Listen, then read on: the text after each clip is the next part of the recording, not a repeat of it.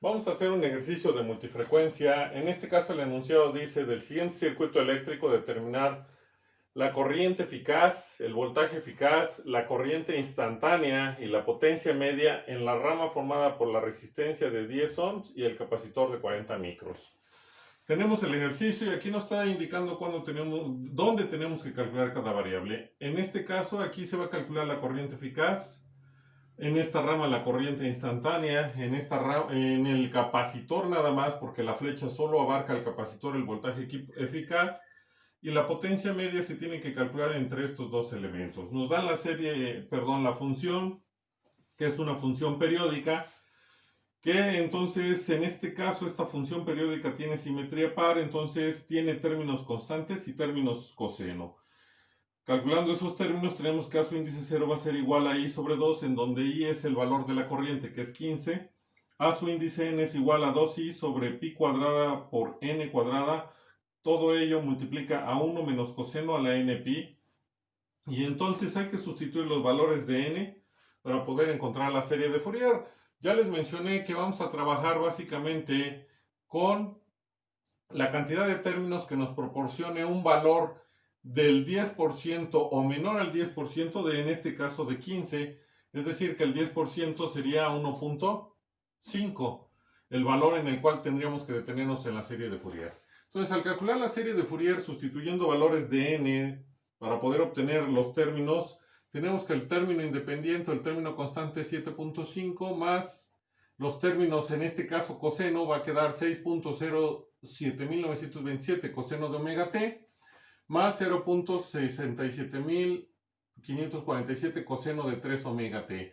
Ya el tercer término de la serie de Fourier es un valor que es mucho menor, bueno, es menor al 10% del valor de la máximo de la fuente que tenemos, por eso es que no calculamos más términos de la serie de Fourier. Con esos tres términos vamos a trabajar el circuito. ¿Por qué transformamos la serie de Fourier a funciones seno? Recuerden que la función coseno está desfasada a 90 grados. Si así se quisiera trabajar con el circuito eléctrico, con un circuito desfasado a 90 grados, se deja con la función coseno y se hacen los cálculos. Pero generalmente o casi siempre se trabaja con funciones seno porque en ellas se empieza a 0 grados, es decir, iniciamos desde 0 para poder iniciar nuestro recorrido. Es por ello que a reserva de que se indique que hay que dejar la función en términos cosenos, no se transforma en términos seno. Entonces tenemos términos coseno, los transformamos a términos seno. Si se tuviera una función con términos seno y coseno, únicamente transforman a los términos coseno a seno y se hace todo el proceso. Entonces, al transformarla tenemos que 7.5 más 6.07927 seno de omega t más 90 grados más 0.67547 seno de 3 omega t más 90 grados, y son amperes.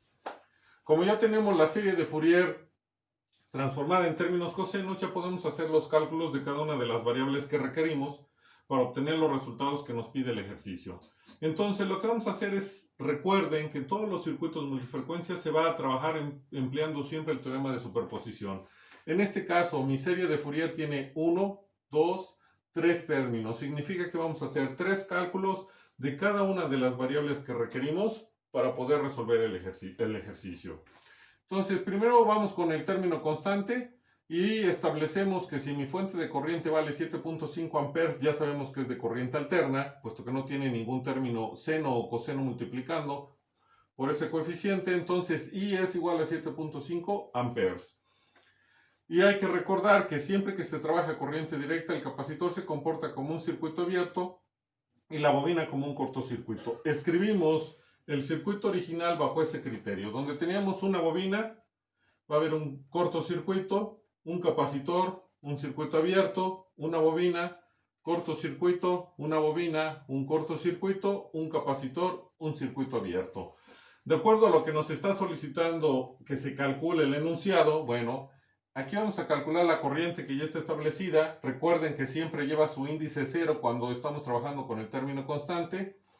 Le estoy agregando una X porque como vamos a calcular otras corrientes, tengo que diferenciar una de la otra o de las otras que yo estoy trabajando. Y aquí estoy agregando un punto A y un punto B porque voy a calcular el voltaje y la corriente en la rama de la resistencia de 10 y el capacitor de 40 micros.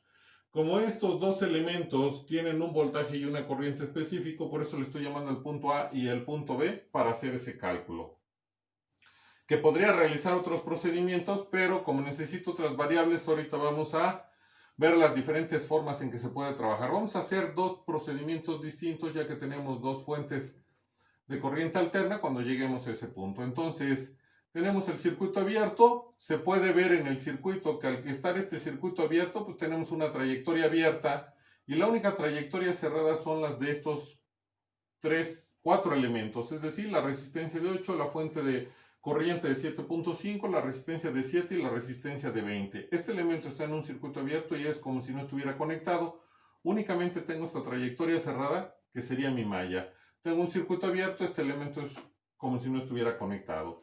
Tengo mis referencias, entonces aquí voy a calcular la corriente X, le voy a llamar corriente, su índice X0, la corriente 0, el voltaje del capacitor 0, que es debido al término constante, y entre los puntos A y B vamos a calcular su corriente y su voltaje. Con el circuito que tenemos aquí, entonces podemos establecer que la corriente X, su índice 0, es igual a la corriente de la malla porque llevan la misma dirección. Recuerden que el sentido de la corriente de la malla se le da en el sentido convencional, que es de más a menos, por eso lleva el sentido horario. Y como la corriente que yo deseo encontrar con respecto a la corriente que voy a determinar de mi circuito, que es J, lleva en la misma dirección, por eso es que mi corriente X, su índice 0, es igual a la corriente de la malla.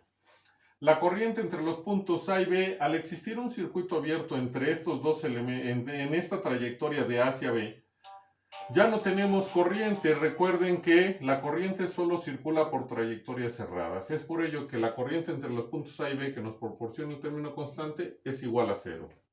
Si no hay corriente entre A y B, pues tampoco va a haber voltaje entre A y B. Por eso el voltaje entre los puntos A y B en término constante es igual a 0. Recuerden que para la potencia media que nos pidieron aquí necesitamos encontrar tanto la corriente como el voltaje de esta rama.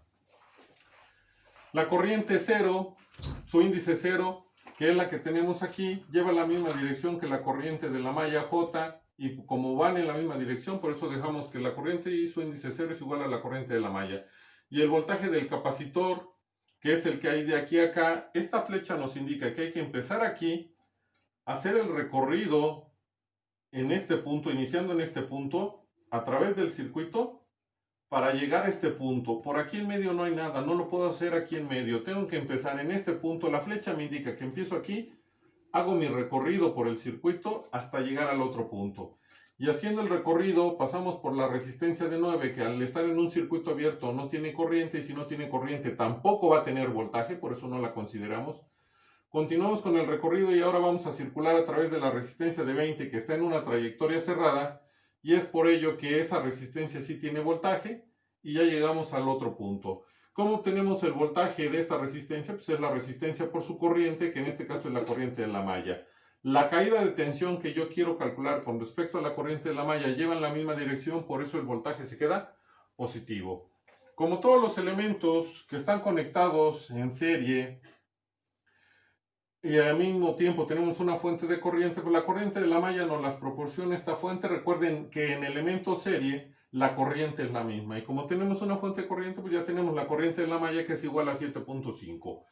Sustituyendo ese dato para obtener los valores que nos hacen falta, porque estos dos son ceros, tenemos que la corriente X, su índice 0, es igual a 7.5, la corriente 0 es igual a 7.5 y el voltaje del capacitor 0 es igual a 150 volts. Y con eso estaríamos terminando el primer cálculo. Nos faltan otros 2 cálculos más.